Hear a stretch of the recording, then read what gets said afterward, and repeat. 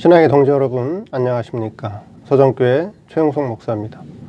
오늘 여러분과 함께 은혜를 나누고 싶은 말씀은 신약 성경 요한일서 5장 18절 말씀입니다. 제가 본문을 봉독해 드리겠습니다. 하나님께로서 난 자마다 범죄치 아니하는 줄을 우리가 아노라. 하나님께로서 나신 자가 저를 지키심에 악한 자가 저를 만지지도 못하느니라. 오늘 말씀 제목은 하나님께로 난 자는 범죄치 않는다라는 제목으로 말씀을 증거하도록 하겠습니다. 오늘 본문에는 하나님께로서 난 자가 나오고 또 하나님께로서 나신 자가 나옵니다. 그래서 하나님께로서 나신 자가 하나님께로 난 자를 지켜주기 때문에 범죄하지 않고 또한 악한 자가 만지지도 못한다고 말씀하고 있습니다.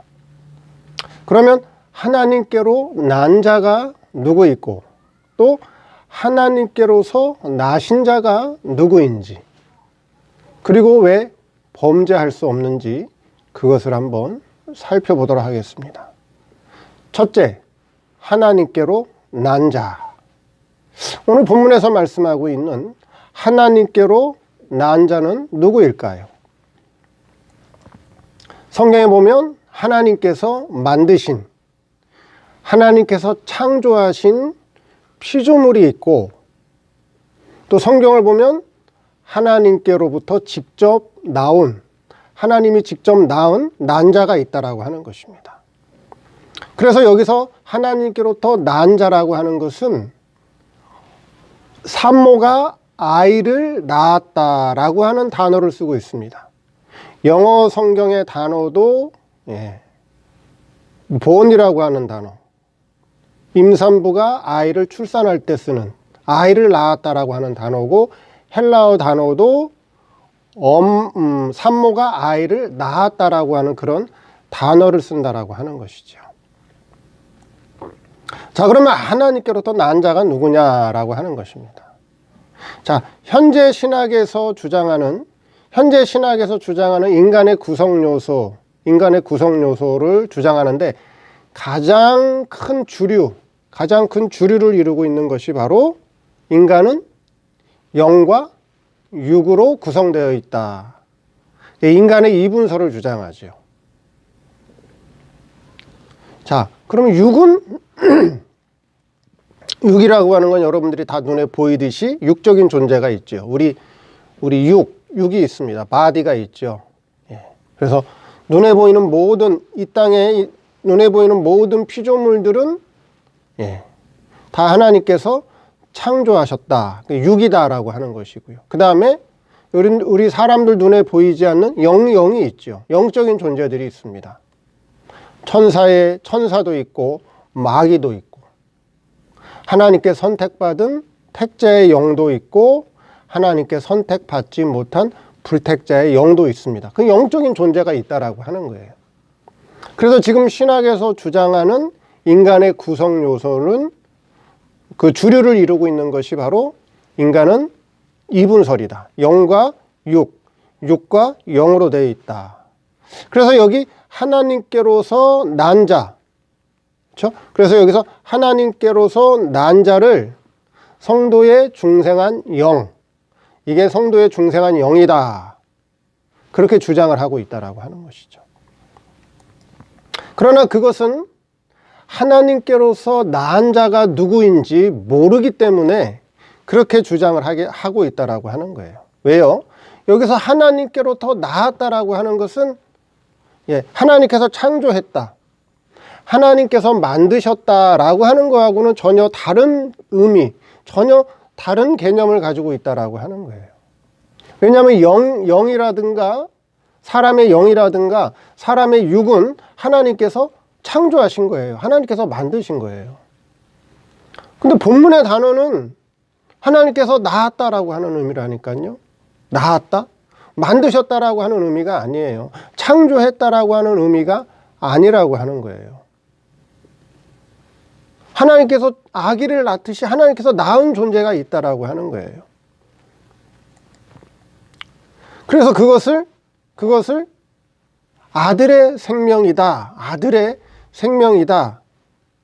그래서 우리 스승 목사님께서 성경을 통해서 하나님께서 직접 낳으신 존재가 있다. 그게 아들의 생명이다. 그렇게 말씀하셨습니다. 그 아들의 생명, 그럼 왜 아들의 생명이라고 했느냐 하는 것입니다. 아들의 생명이라고 하는 것은 하나님께로부터 성부 하나님께로부터 많은 아들들이 나왔는데 그 아들들이 성부 하나님에게 있는 신적인 본질과 신적인 본성을 가지고 나왔어요. 근데 나올 때 씨적인 형태로 나왔다는 거죠. 근데 왜 아들의 생명이라고 하느냐? 그거는 나올 때 아버지와 아들의 관계로 나왔기 때문에 아들이라고 하는 것이고, 그것을 그 신적인 본질과 본성으로 나온, 그렇죠? 신의 본질과 본성으로 씨적으로 나온 그 아들들을 왜 생명이라고 부르느냐? 그것은 하나님 아버지의 사랑을 통해서 그 생명이 자라나기 때문에 아들의 생명이라 그렇게 표현하는 것입니다. 자, 그래서 성경에서 말하는 성경적인 성도의 구성 요소는 3분설이라고 하는 것이죠. 하나님께서 직접 만드신, 흙으로 만드신 육, 그 다음에 하나님의 형상을 따라 그렇죠, 만드신 영이 있고, 그 다음에 하나님께서 직접 낳으신, 하나님께로부터 직접 나온 아들의 생명이 있다라고 하는 거예요. 아들의 생명. 그래서 여기서 하나님께로 난 자는 누구냐? 이건 육을 말하는 것도 아니고 영을 말하는 것도 아니고, 그렇죠? 예, 바디를 얘기하는 것도 아니고 소울을 얘기하는 것도 아니에요. 스피릿을 얘기하는 것도 아니라고 하는 거예요. 여기서 말하는 하나님께로 난 자는 하나님께서 직접 낳으신 자라고. 다른 말로 얘기하면 신이라고 하는 게 신적인 존재가 나왔다라고 하는 거예요. 근데 이 신적인 존재들이 하나님과 성부 하나님과 아들의 관계로 많이 나왔는데 어떻게 나왔느냐? 신의 본질과 본성만 갖고 나왔다는 거예요. 하나님 아버지에게는 영광과 능력과 권세는 없어요. 신적인 본질과 본성만 가지고 나왔어요. 그리고 아들의 관계로 나왔고 아버지의 사랑을 통해서 그 신의 본질과 본성이 자라기 때문에 아들의 생명이다. 그렇게 말씀하는 거죠. 그럼 성부 하나님께로부터 아들들만 나왔냐? 아니요. 오늘 본문에 보면 뭐라 그러죠? 하나님께로서 난 자마다 범죄치 아니하는 줄을 우리가 아노라. 하나님께로서 나신 자가 저를 지킨다. 성부 하나님께로부터 나오신 분이 또 있다는 거죠. 그게 누구예요? 성자 하나님이에요. 성자 하나님만 나왔나요? 아니요. 성신 하나님도 나왔죠. 성부 하나님에게서 성자 하나님이 나오고 성신 하나님이 나오고. 근데 성자 하나님과 성신 하나님이 나올 때는 성부 하나님과 영광과 능력과 권세와 신적인 본질과 본성이 똑같이 나왔어요. 똑같이 나왔어요. 그래서 삼위일체라 그래요. 삼위일체. 위는 자리라고 하는 거예요. 삼신이 아니에요. 신이 세 분이 있다 그런 의미가 아니에요. 예. 삼신이 아닙니다. 삼위일체예요. 삼위일체. 삼신일체는 아니에요. 예. 신이 세 분이 있다 그런 의미가 아니에요. 삼신일체가 아니라 자리가 세 개다라고 하는 거예요. 이라는 인격이 세 인격이 있다라고 하는 거예요. 삼위일체라고 하는 거예요. 그리고 성부 하나님에게서 성자 하나님이 나오고 성신 하나님이 나오고, 그리고 하나님의 신적인 아들들이 수없이 많은 아들들이 나왔는데 이 아들들은 성자 하나님과 성부 하나님과 성신 하나님과는 달리 신적인 본질과 본성만 가지고 나왔다는 거죠. 그래서 여기서 말씀하는 하나님께로 난 자는 바로 아들의 생명을 말씀하고 있다 하는 것입니다. 두 번째, 하나님께로서 난 자는 범죄치 않는다.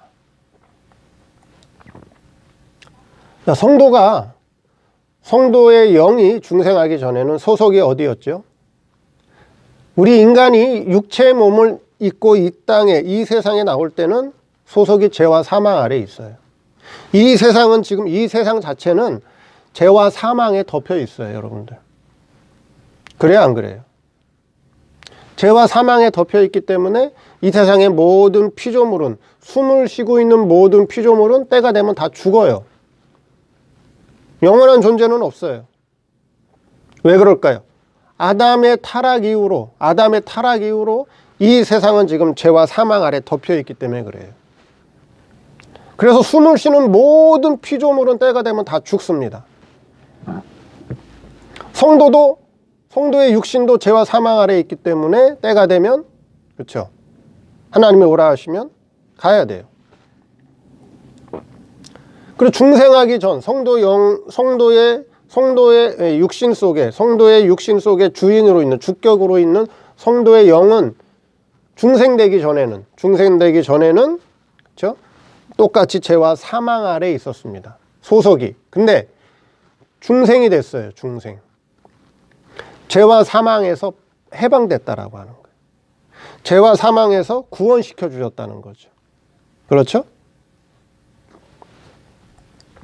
그래서 중생한 영은 소속이 바뀌었어요. 중생을 통해서.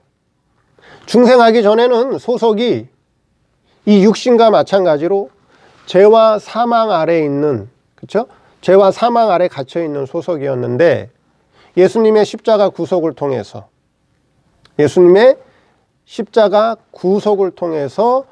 그 구속을 근거로 성신 하나님이 택한 자녀들의 영을 죄와 사망에서 건져주셨다.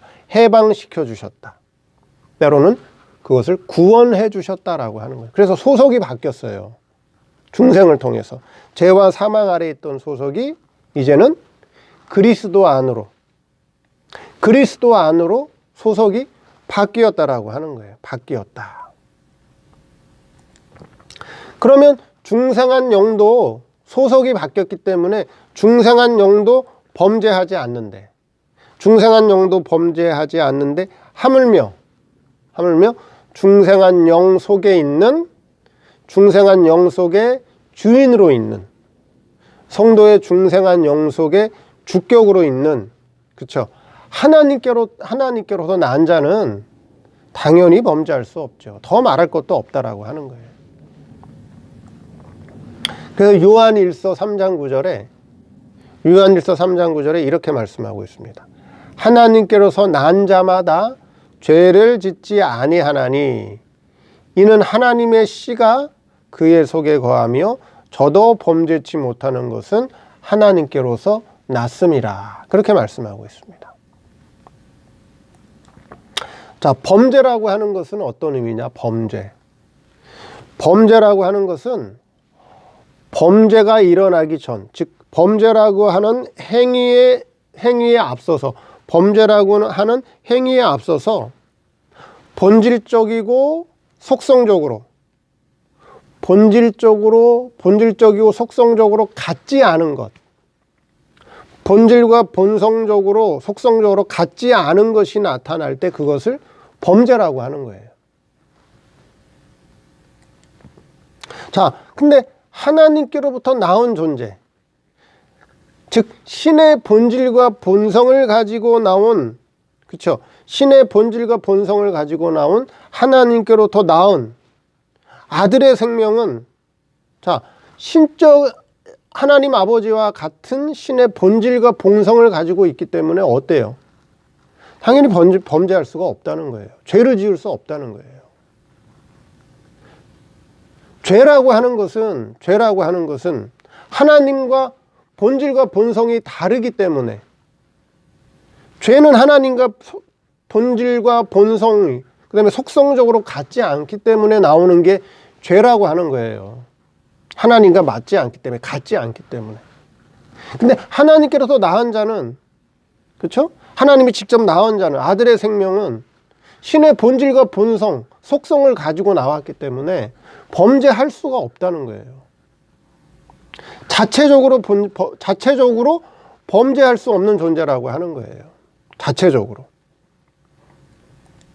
그래서 자체적으로 성부 하나님과 본질과 본성이 같기 때문에, 그렇죠? 다른 행동이 나올 수 없다는 거예요. 범죄할 수 없다. 결코 범죄할 수 없다라고 하는 것입니다. 그래서 하나님께로서 난 자는 범죄치 않는다라고 하는 거예요. 범죄할 수가 없죠.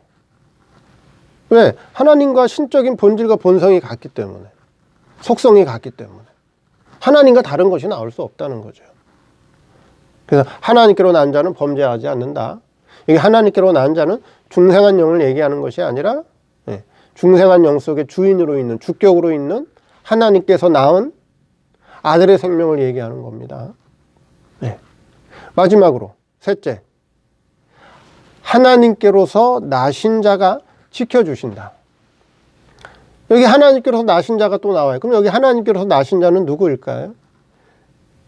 여기 하나님께로 나신 자는 바로 성자 하나님이에요. 성자 하나님. 성자 하나님. 그러니까 성자 하나님이, 하나님께로서 나신 자가, 즉 성자 하나님이 하나님께로서 난 자를 지켜주고 계시기 때문에, 범죄할 수도 없고, 또 자체적으로도 하나님과 본질과 본성이 같기 때문에 결코 범죄할 수 없는 거예요. 그러면은 하나님께서 나신 자가, 즉 예수님께서 하나님께로서 난 자를 어떻게 지켜주고 계시느냐 하는 것입니다. 어떻게 지켜주고 계시죠? 어떻게 지켜주고 계시나요? 과거에 어떤 설교를 들어보니까 하나님께서 천사를 보내셔서, 하나님께서 천사를 보내셔서 성도를 지켜주고 계시기 때문에, 성도를 지켜주기 때문에 성도들이 죄를 안 짓는다. 그렇게 설교하시는 분들이 있었어요. 그렇게 들어본 적도 있고. 근데 우리 이성과 육체는 지금 죄와 사망 아래에 있어요. 그리고 천사가 지켜준다는 말은 없어요. 본문에 보니까 누가 지켜준다 그랬어요? 하나님께로서 나신 자가 지켜주고 계신다 그랬죠. 그럼 하나님께로서 나신 자가 누구라고요? 성부 하나님께로서 성부 하나님께로 나오신 성자 하나님이죠. 성자 하나님.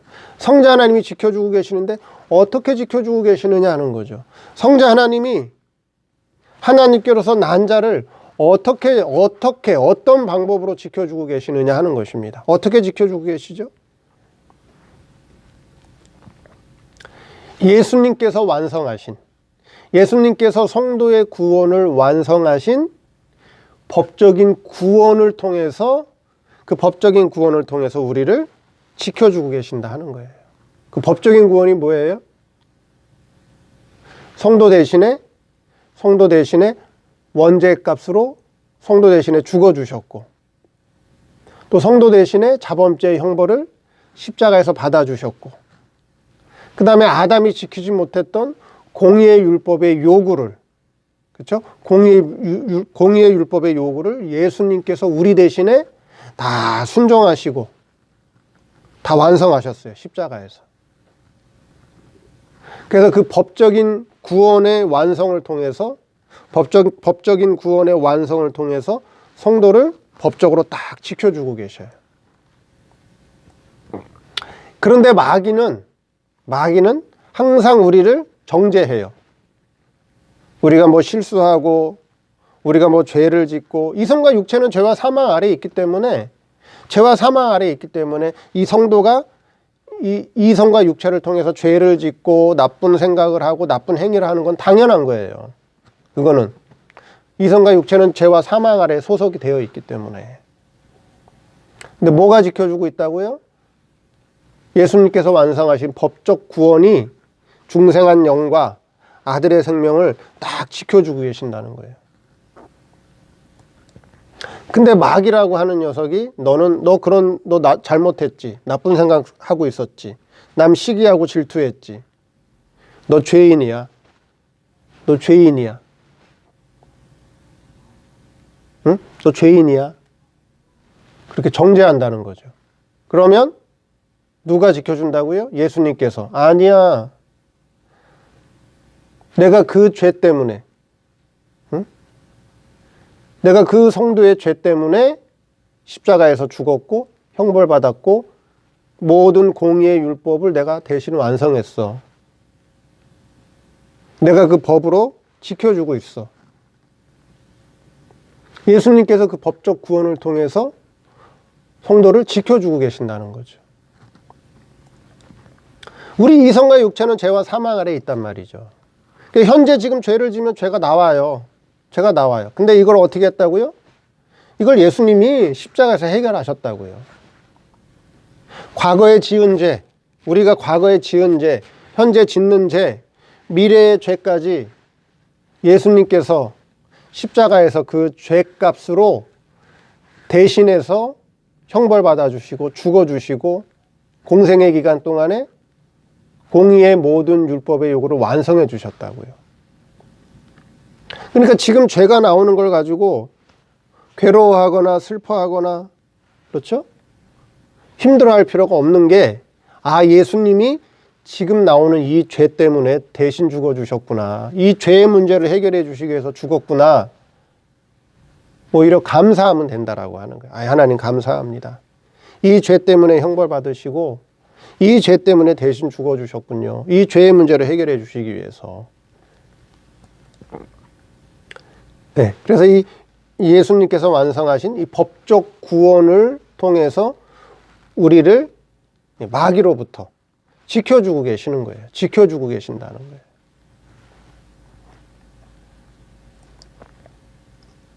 그래서 골로새서 3장 3절에 이렇게 말씀합니다. 골로새서 3장 3절에 이는 너희가 죽었고 너희 생명이 그리스도와 함께 하나님 안에 감추었음이니라.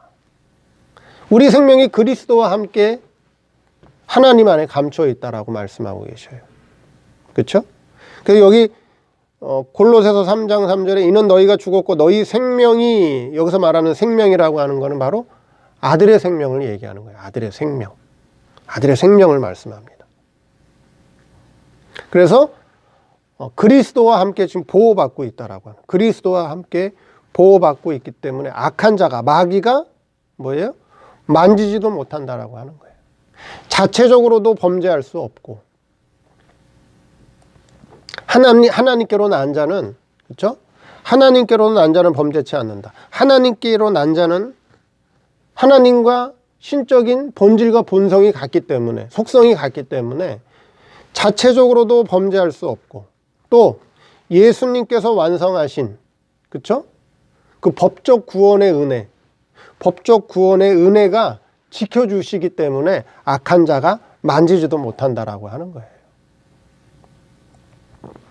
자, 그럼 오늘 말씀을 통해서 하나님께로부터 난 자는 범죄하지 않는다.